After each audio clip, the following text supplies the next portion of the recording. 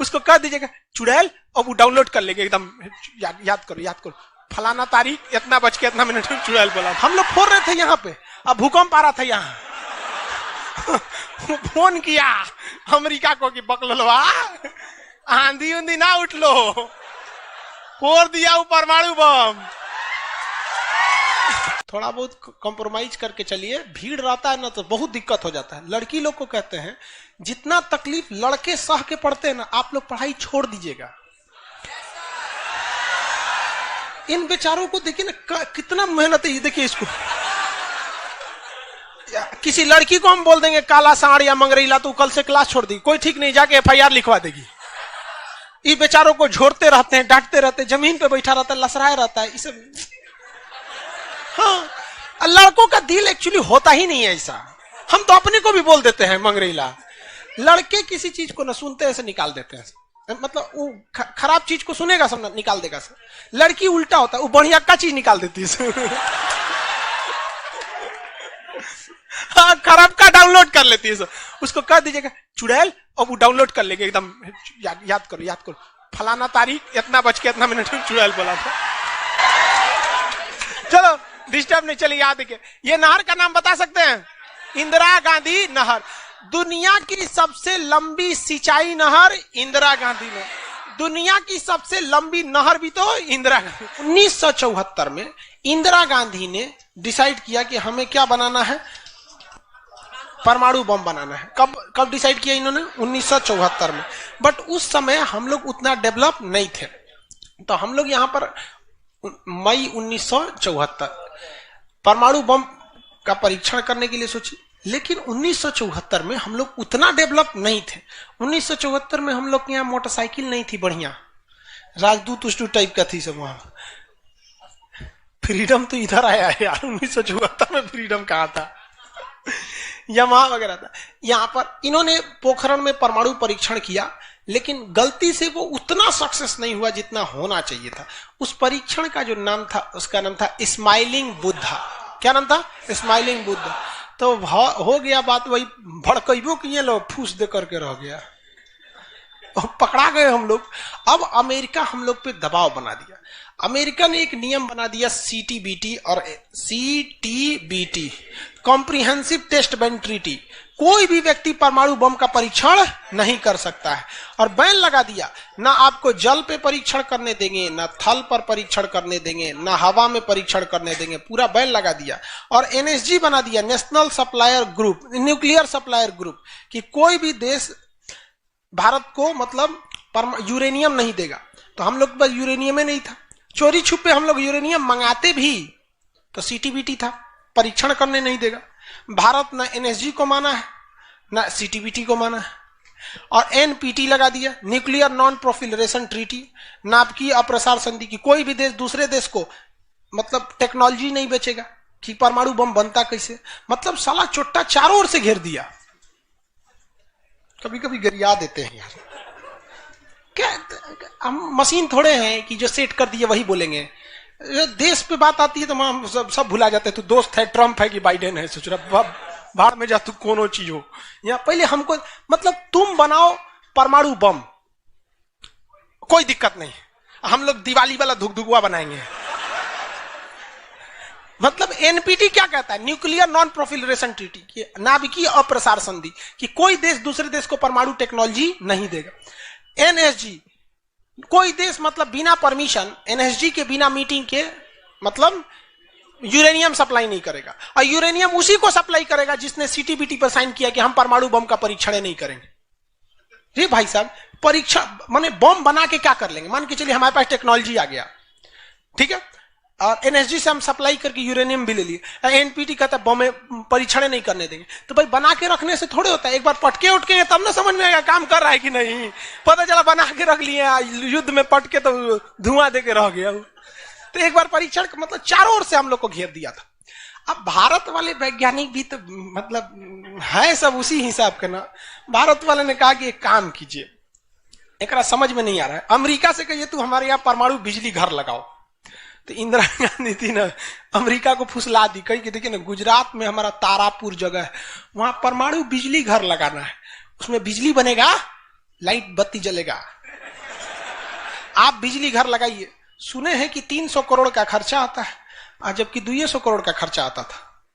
तो अमेरिका लपलपा गया कि अरे दादा बिना मोलाई तो रेट बढ़ा दी है। अजब हाल है भाई, महिला मोलाई ना करे, ऐसा हो सकता है? महिला को कोनो सामान फ्री में कहेंगे तो कहेगी 2 गो दे दो।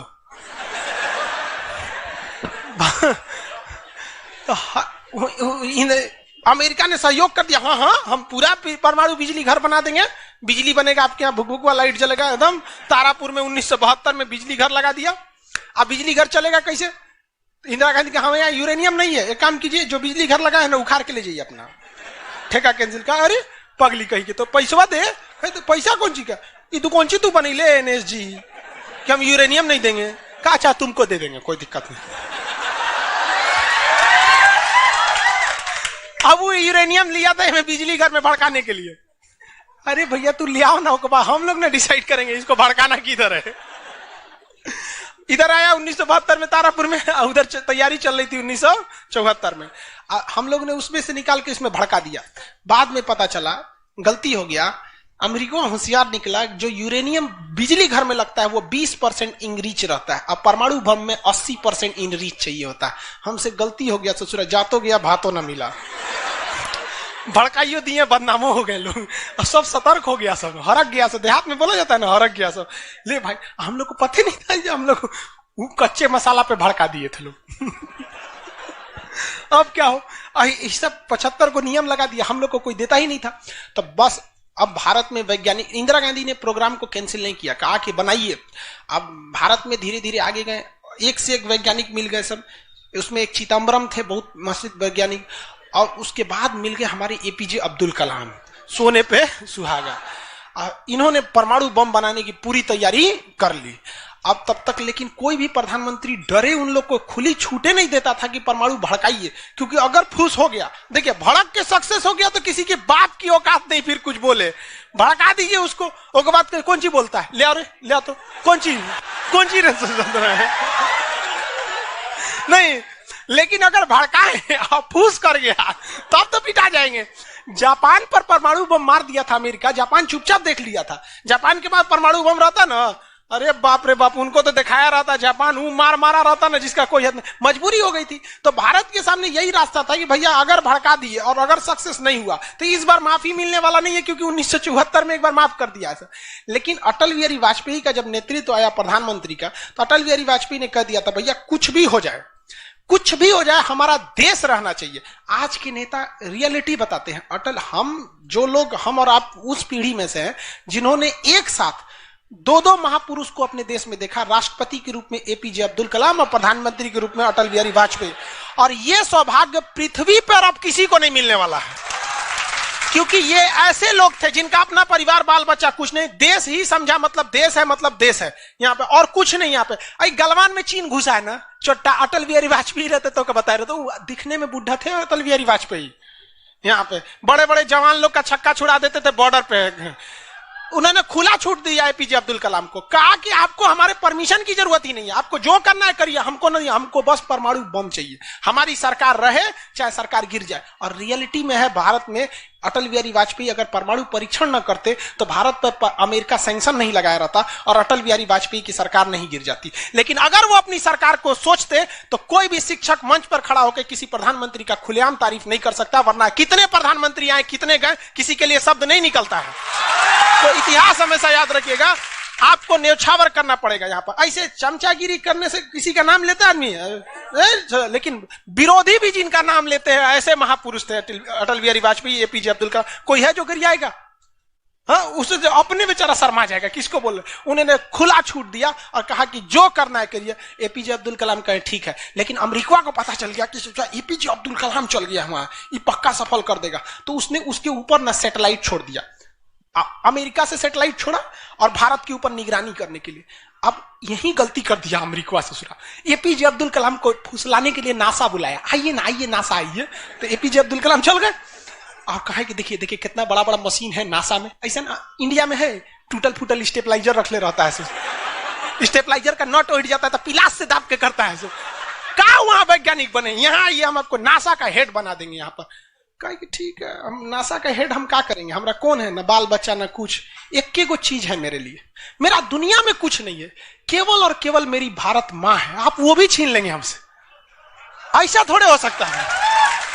उन्होंने कहा नहीं, और यहीं से थोड़ा उससे गलती हो गया। वहीं पर उन्होंने देख लिया था कि अमेरिका ने भारत के ऊपर क्या लगा रखा है, सैटेलाइट मॉनिटरिंग के लिए, और वहां पे उसने अमेरिका की सबसे बड़ी गलती हो गई। यहां आने के बाद उन्होंने बता दिया, देख भैया हम जो काम कर रहे हैं ना, सारा अमेरिका क्या कर रहा है, सैटेलाइट से देख रहा है।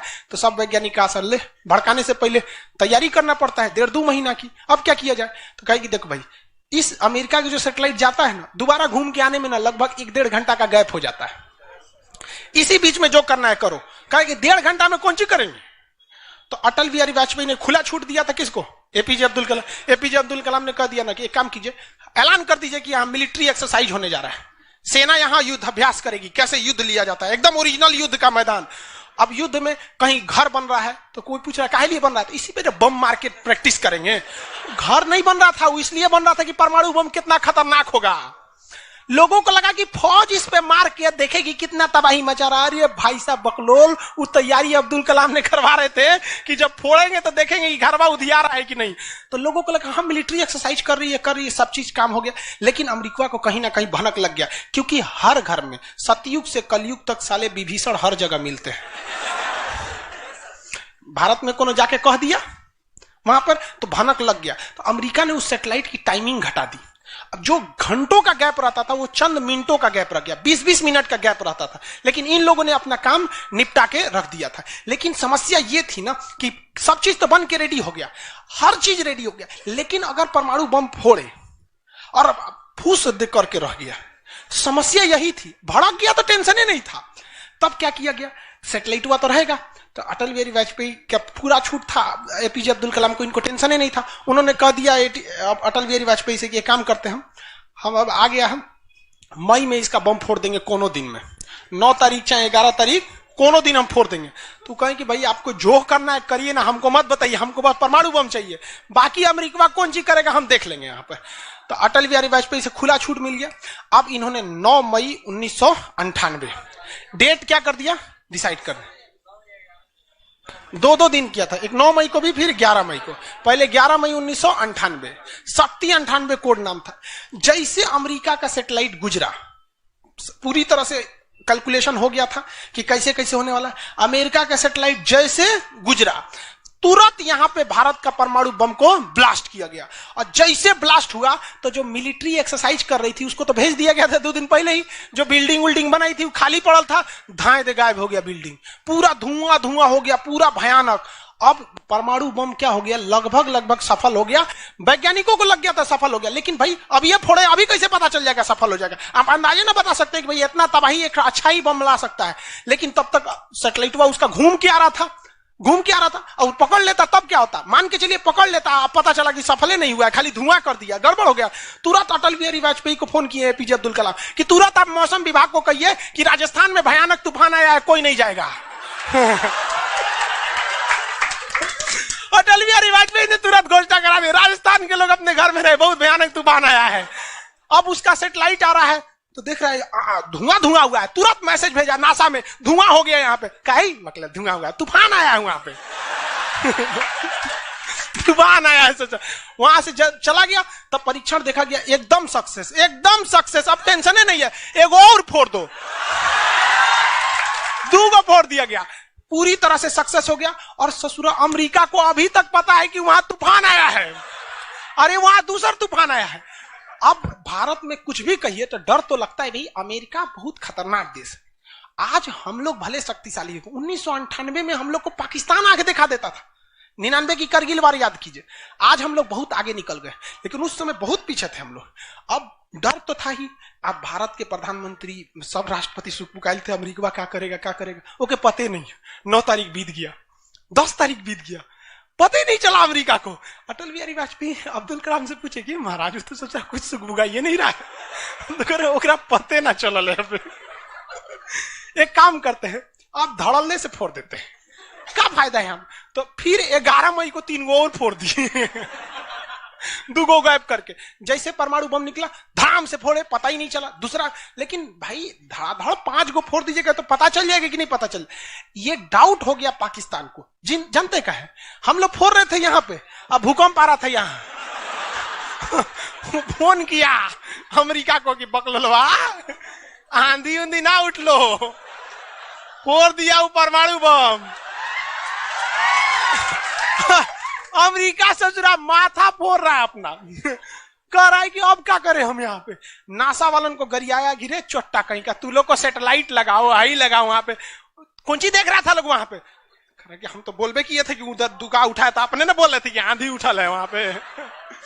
अमेरिका आग बबूला हो गया और तुरंत अमेरिका का प्रतिक्रिया आया कि भारत को इसका बहुत भारी कीमत चुकानी पड़ेगी।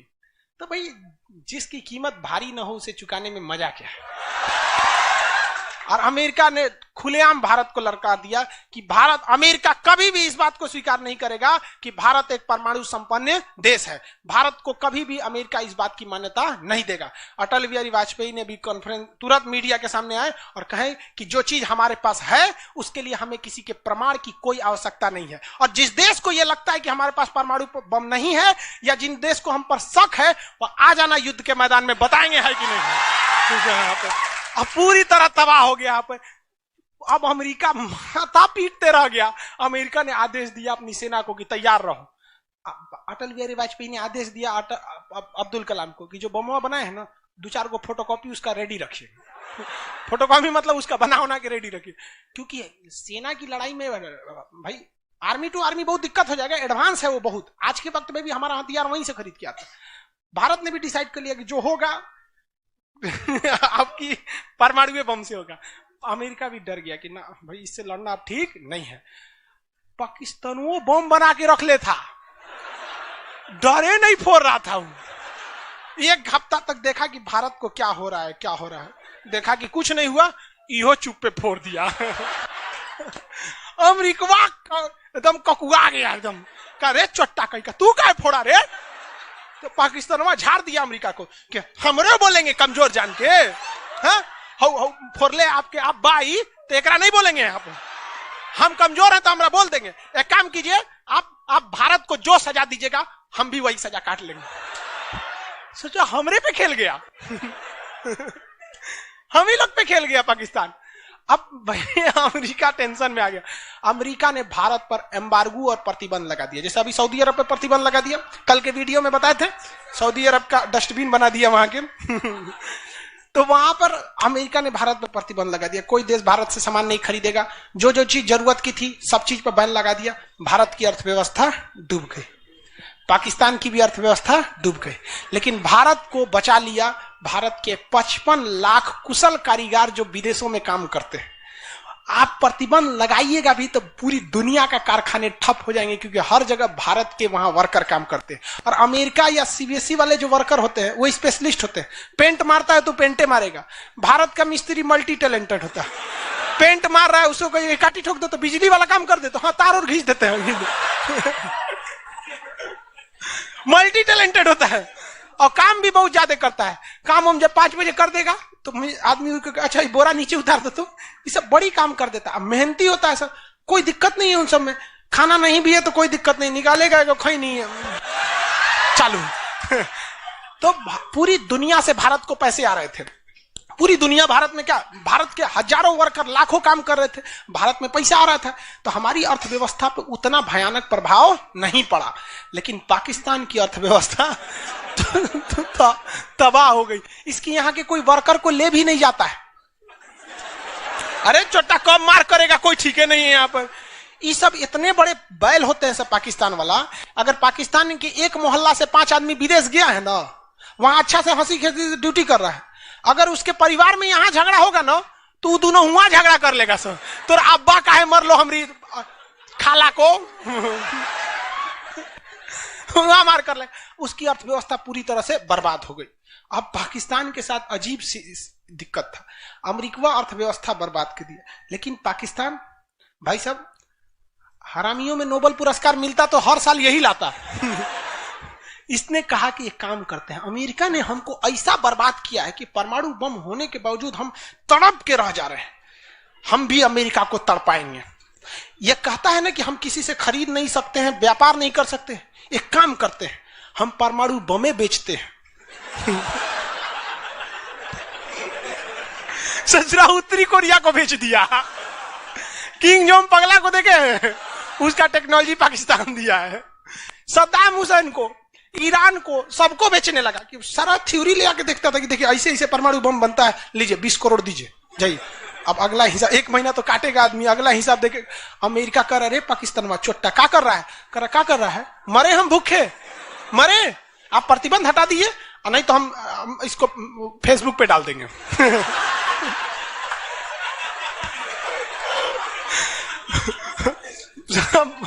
अमेरिका पगला गया, अमेरिका प्रतिबंध हटाया। इस बार फायदा उठा लिया भारत, कहा गिरे ओकरा हटाया तो हमरो प्रतिबंध हटाओ। समझ आ गया कि नहीं? तो गलती से भी अगर हम लोग जब भी एक दूसरे का अंतर्राष्ट्रीय मंच पर साथ दिए हैं ना, तो दोनों को फायदा हुआ है। लेकिन ये चोट्टा उसको समझ में नहीं आता है। अभी भी अगर वो शांति से रहेगा ना तो बहुत आगे जाएगा, और अशांति से रहेगा तो एकदम में आगे चल जाएगा। परमाणु परीक्षण समझ में आ गया? किसी कोई दिक्कत कहां होता है? पोखरण में। आज भारत परमाणु संपन्न है या नहीं है? परमाणु की आवश्यकता है? नहीं। अब अमेरिका केस कर दिया भारत पर, कहा कि आपने न्यूक्लियर प्रसार संधि तोड़ा है। भारत ने कहा हम नहीं तोड़े हैं, हमने किसी से संधि मंगाया ही नहीं है, हमारे खुद के वैज्ञानिकों ने खुद बनाया है। और ये बात खूब एपीजे अब्दुल कलाम ने बोला था। कौन सी बोलता है चौराहे, हम बनीले, बताएं कैसे बनता है। कहा कि अच्छा ठीक है, ये नहीं है, लेकिन आपने यूरेनियम तो चोरी से मंगाया। कहा चुप, चट्टा कहीं का चोरी से मंगाया। हमारे केरल में यूरेनियम निकलता है, जादूगोड़ा की खान झारखंड से निकलता है, उसी से हम बनाए। हम किसी से भीख नहीं मांगे हैं, हम हिंदुस्तानी हैं लोग, यहाँ पे भीख में तो हमें कुछ भी नहीं चाहिए। तो एनएसजी कहा कि अभी, तब कहा अब कौन सी पे मुकदमा ठोके, तब इस पे ठोक दिया भारत पे। आपने परमाणु परीक्षण किया क्यों है? भारत ने ये मुकदमा जीत लिया। जानते हैं कैसे? कहा कि कैसे, हमने तो कोई नियम नहीं तोड़े हैं। सीटीबीटी कहता है आप पानी में नहीं फोड़ सकते हैं, जमीन पे नहीं फोड़ सकते हैं, हवा में नहीं फोड़ सकते, हम जमीन के अंदर फोड़े हैं। भारत ने कहा फोड़ा था? जमीन के अंदर। तो भारत को उस समय हर चीज साथ दिया था, बुद्धि, विवेक, बल, शक्ति सब रहना चाहिए, तब आप जीत सकते हैं। ऐसा नहीं कि परमाणु बम ले लेने से आपको जीत जाएंगे। कब कैसा सिचुएशन था, आंधी आया है, परमाणु बम फूट गया, तो हर चीज बहुत कांड हुआ यहाँ पे। बाद में अमेरिका को समझ में आ गया कि नहीं हो सकता है, अब भारत को नांग नहीं सकते। वो गया जमाना जब हमारे ऊपर किसी का शासन हुआ करता था। आज भी भारत में बस जाति पात खत्म हो जाए, ऊंच नीच पे लड़ना खत्म हो जाए, और Congress BJP high party how party मतलब नेतागिरी खत्म हो जाए, तो सोचिए ना हमारे पास कमी किस चीज की है कि नहीं? नेतागिरी तो सॉल्व हो सकता है। यूपीएससी का एग्जाम कंपलसरी कर दीजिए नेता बनने के लिए। काम खत्म, तुरंत खत्म हो जाएगा काम। आप इसको समझ में आ गया कि नहीं? लाइव वाले सब लोग समझ में आ गया? अब आगे कल समझेंगे लोग। आज के